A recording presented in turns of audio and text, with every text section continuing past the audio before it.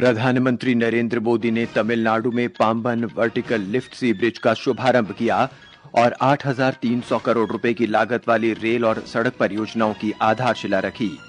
प्रधानमंत्री ने कहा, सरकार ने देश के चारों कोनों को जोड़ने के लिए बुनियादी ढांचे को मजबूत करने के लिए समर्पित प्रयास किए।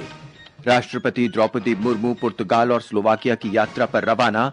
Sand artist Sudarshan Patnaik England में प्रतिष्ठित फ्रेड डॉरिंगटन सैंड मास्टर पुरस्कार प्राप्त करने वाले पहले भारतीय। मौसम विभाग ने अगले 4 से 5 दिनों के दौरान उत्तर पश्चिम भारत में भीषण गर्मी की आशंका जताई। और आईपीएल क्रिकेट में हैदराबाद में सनराइजर्स हैदराबाद के साथ मैच में गुजरात टाइटंस टॉस जीतकर गेंदबाजी कर रहा है। समाचार संध्या के साथ मैं नवीन सक्सेना। प्रधानमंत्री नरेंद्र मोदी ने कहा है कि देश के चारों कोनों को जोड़ने के लिए पिछले 10 साल में सरकार ने देश में बुनियादी ढांचे को मजबूत करने के कई प्रयास किए हैं। तमिलनाडु के पाम्बन में वर्टिकल लिफ्ट समुद्री सेतु का शुभारंभ और 8,300 करोड़ रुपए की परियोजनाओं की आधारशिला रखने के बाद रामेश्वरम में श्री मोदी ने कहा कि तमिलनाडु के विकास ने राष्ट्र के विकास में योगदान दिया है। वर्टिकल लिफ्ट समुद्री सेतु को 20वीं सदी का आश्चर्य बताते हुए उन्होंने इंजीनियरों को बधाई दी है। इससे व्यापार, पर्यटन और कारोबार में सरलता आएगी और लोगों को रोजगार मिलेगा। This bridge is India's first vertical lift railway sea bridge. Big ships will be able to sail under it. Trains will also be able to travel faster on it.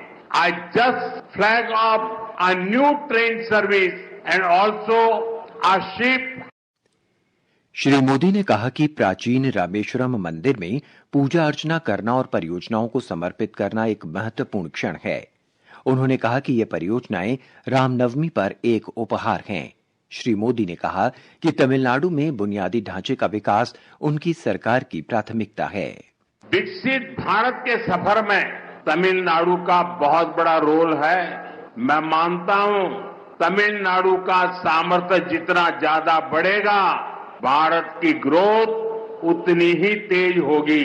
बीते दशक में तमिलनाडु के विकास के लिए 2014 से पहले की तुलना में 3 गुना ज्यादा पैसा सेंटर से दिया गया है। श्री मोदी ने राज्य सरकार से छात्रों को मातृभाषा में मेडिकल की शिक्षा लेने की अनुमति देने का अनुरोध किया। देश भर में कई राज्यों ने मातृभाषा में डॉक्टरी की शिक्षा आरंभ की है। अब गरीब से गरीब माँ का बेटा बेटी भी जिसने अंग्रेजी नहीं पढ़ी है, वो भी डॉक्टर बन सकते हैं। मैं भी तमिलनाडु सरकार से आग्रह करूंगा कि वे तमिल भाषा में डॉक्टरी के कोर्सेज चालू करें ताकि गरीब माँ के बेटे बेटी भी डॉक्टर बन सके। प्रधानमंत्री ने कहा कि पिछले 10 वर्ष में सरकार के प्रयासों से श्रीलंका की जेलों से 3,700 मछुआरों की रिहाई हुई है। इनमें से इस वर्ष 600 से अधिक मछुआरे शामिल हैं। इससे पहले प्रधानमंत्री नरेंद्र मोदी थाईलैंड और श्रीलंका की सफल यात्रा के बाद आज सुबह नई दिल्ली पहुंचे। यात्रा के पहले चरण में श्री मोदी थाईलैंड के बैंकॉक पहुंचे थे और 6ठे बिम्स्टेक सम्मेलन में हिस्सेदारी की थी। इसके बाद वो श्रीलंका के राष्ट्रपति अनुरा कुमारा दिसानायके के आमंत्रण पर कोलंबो पहुंचे। श्री मोदी ने कहा है कि श्रीलंका की विकास यात्रा के विभिन्न चरणों में सहयोग देने पर भारत को गर्व है। श्री मोदी ने श्रीलंका यात्रा के दौरान मिले गर्मजोशी भरे स्वागत के लिए श्रीलंका के राष्ट्रपति और लोगों का आभार व्यक्त किया है। प्रधानमंत्री नरेंद्र मोदी ने आज श्रीलंका की अपनी 3 दिवसीय राजकीय यात्रा का समापन पवित्र जय श्री महाबोधि मंदिर में प्रार्थना के साथ किया। इसके बाद उन्होंने राष्ट्रपति अनुरा कुमारा दिसानायके के साथ भारत समर्थित माहो ओमनथाई रेलवे लाइन का संयुक्त रूप से उद्घाटन किया। ये यात्रा रक्षा, ऊर्जा, संपर्क और डिजिटल अवसंरचना सहित विभिन्न क्षेत्रों में भारत श्रीलंका संबंधों को और गहराई देने वाली साबित हुई है। इससे पहले कल प्रधानमंत्री मोदी और राष्ट्रपति दिसानायके के बीच व्यापक वार्ता हुई। ये यात्रा दोनों देशों की जनता के बीच हजारों वर्षों से चले आ रहे सांस्कृतिक संबंधों को भी सुदृढ़ करने वाली रही, जिसे प्रधानमंत्री की तमिल नेताओं से मुलाकात और पवित्र नगर अनुराधापुरा की यात्रा ने विशेष रूप से रेखांकित किया है। मित्रता और सम्मान के प्रतीक के रूप में प्रधानमंत्री मोदी को श्रीलंका मित्र विभूषण सम्मान से नवाजा गया। अहमद मोइन फारूकी, आकाशवाणी समाचार, कोलंबो। राष्ट्रपति द्रौपदी मुर्मू आज पुर्तगाल और स्लोवाकिया की 4 दिन की यात्रा पर रवाना हुई। वो पुर्तगाल के राष्ट्रपति मार्सेलो रेबेलो डी मूसा के साथ भेंट करेंगी और शिष्टमंडल स्तर की वार्ता करेंगी। राष्ट्रपति पुर्तगाल के प्रधानमंत्री लुइस मोंटेनेग्रो और संसद के अध्यक्ष से भी मुलाकात करेंगी। राष्ट्रपति स्लोवाकिया के राष्ट्रपति पीटर पेलेग्रिनी और प्रधानमंत्री रॉबर्ट फिको के साथ द्विपक्षीय बैठकें भी करेंगी। एक रिपोर्ट। राष्ट्रपति द्रौपदी मुर्मू की यात्रा ऐसे समय में होने जा रही है जब भारत और पुर्तगाल राजनयिक संबंधों की पुनर्स्थापना के 50 वर्ष पूर्ण कर रहे हैं। भारत और पुर्तगाल के बीच ऐतिहासिक और मैत्रीपूर्ण द्विपक्षीय संबंध हैं। यह यात्रा पुर्तगाल के साथ भारत के बढ़ते संबंधों को और गति देगी। राष्ट्रपति द्रौपदी मुर्मू स्लोवाकिया भी जाएंगी। यह 29 वर्षों में भारत के राष्ट्रपति की स्लोवाकिया की पहली यात्रा होगी। राष्ट्रपति की यात्रा जहां पुर्तगाल और स्लोवाकिया के साथ भारत के द्विपक्षीय संबंधों को और मजबूत बनाने का अवसर देगी, वहीं भारत और यूरोपीय संघ के संबंधों को भी मजबूत करेगी। पूजा पीवर्धन, आकाशवाणी समाचार, दिल्ली। ये समाचार आकाशवाणी से प्रसारित किए जा रहे हैं। ताजा समाचार जानने के लिए आप हमारे social media handle x@AIR news Hindi को फॉलो कर सकते हैं। ये आकाशवाणी है। पंजाब में वरिष्ठ किसान नेता जगजीत सिंह डल्लेवाल ने आज फतेहगढ़ साहिब में अपना अनशन समाप्त कर दिया है। उन्होंने कहा कि वो नए सिरे से किसान आंदोलन का नेतृत्व करते रहेंगे। वो नवंबर 2024 से किसानों के लिए न्यूनतम समर्थन मूल्य MSP पर कानूनी गारंटी सहित अन्य मांगों को पूरा करवाने के लिए अनशन पर थे। कृषि मंत्री शिवराज सिंह चौहान ने कल डल्लेवाल से अनशन समाप्त करने की अपील की थी।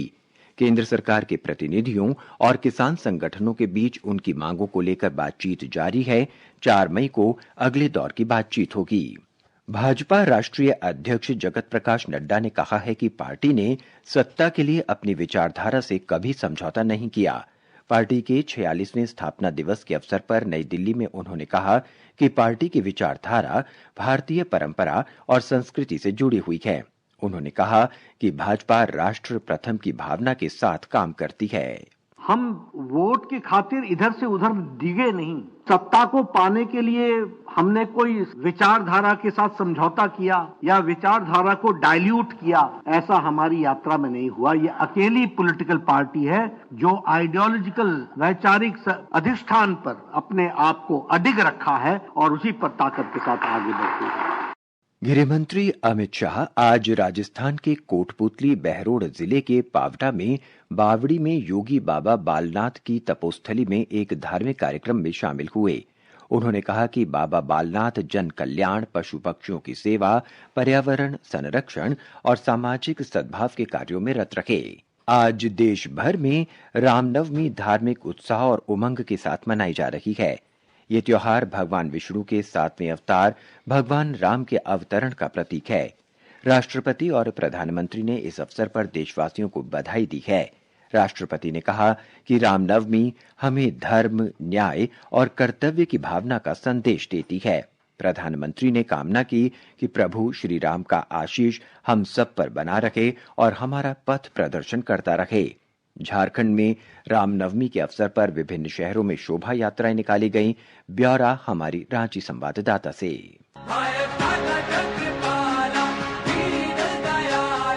नन्हे हाथों में तलवारें और लाठियां लेकर झारखंड की राजधानी रांची में निकाली गई रामनवमी की शोभा यात्रा जय श्री राम और जय हनुमान के नारों से गूंज उठी है।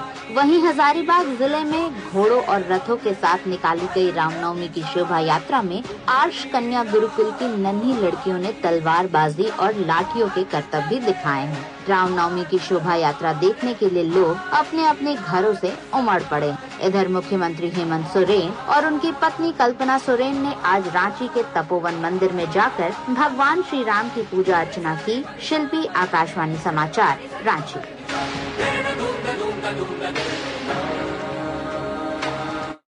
दिल्ली में भी रामनवमी पूरी श्रद्धा के साथ मनाई गई।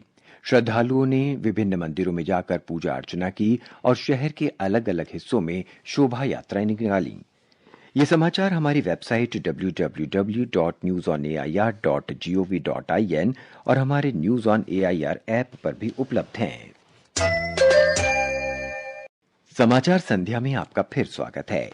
प्रसिद्ध भारतीय सैंड आर्टिस्ट सुदर्शन पटनायक प्रतिष्ठित फ्रेड डॉरिंगटन बालू मास्टर पुरस्कार प्राप्त करने वाले पहले भारतीय बन गए हैं। ये पुरस्कार उन्हें रेत पर कला में उत्कृष्ट योगदान के लिए दिया गया है। एक रिपोर्ट। ओडिशा के पद्मश्री पुरस्कार विजेता सुदर्शन पटनायक ने 65 से ज्यादा अंतर्राष्ट्रीय रेत कला उत्सवों और चैंपियनशिप में हिस्सा लिया है। आध्यात्मिक विषयों को अक्सर सामाजिक संदेशों के साथ मिलाकर बनाए गए उनके काम ने उन्हें व्यापक पहचान दिलाई है, लेकिन वेमाउथ पुरस्कार ने उन्हें एक नई ऊंचाई तक पहुंचाया है। लॉर्ड मूर पार्क में सैंड वर्ल्ड प्रदर्शनी सिर्फ रेत और पानी का इस्तेमाल करके बनाई गई अपनी विशाल विस्तृत रेत की मूर्तियों के लिए जानी जाती है और इसमें दुनिया भर के कलाकारों की कलाकृतियां शामिल हैं। लेकिन इस वर्ष रेत पर उकेरा गया भारत का ये शांति संदेश गहरी छाप छोड़ रहा है। समाचार कक्ष से शिव प्रकाश मिश्र। लोकसभा अध्यक्ष ओम बिरला ने कहा है कि भारतीय संविधान की भावना सभी नागरिकों के साथ समान व्यवहार करने, समान अवसर उपलब्ध कराने और प्रगति की मुख्य धारा में समाज के वंचित तथा पिछड़े वर्गों को सम्मिलित करने की है। श्री बिरला ने आज उज्बेकिस्तान के ताशकंद में अंतर संसदीय संघ की 150वीं सभा में ये बात कही। हमारी संसद ने दिव्यांगजन अधिकार अधिनियम 2016, नारी शक्ति वंदन अधिनियम 2023 जैसे विधान बनाकर देश में सभी वर्गों के हितों को संरक्षित करने के प्रभावी उपाय किए हैं। साथ ही असंगठित क्षेत्र में काम करने वाले कामगारों के कल्याण एवं सामाजिक सुरक्षा के लिए नए श्रम कानून एवं संहिता बनाई है।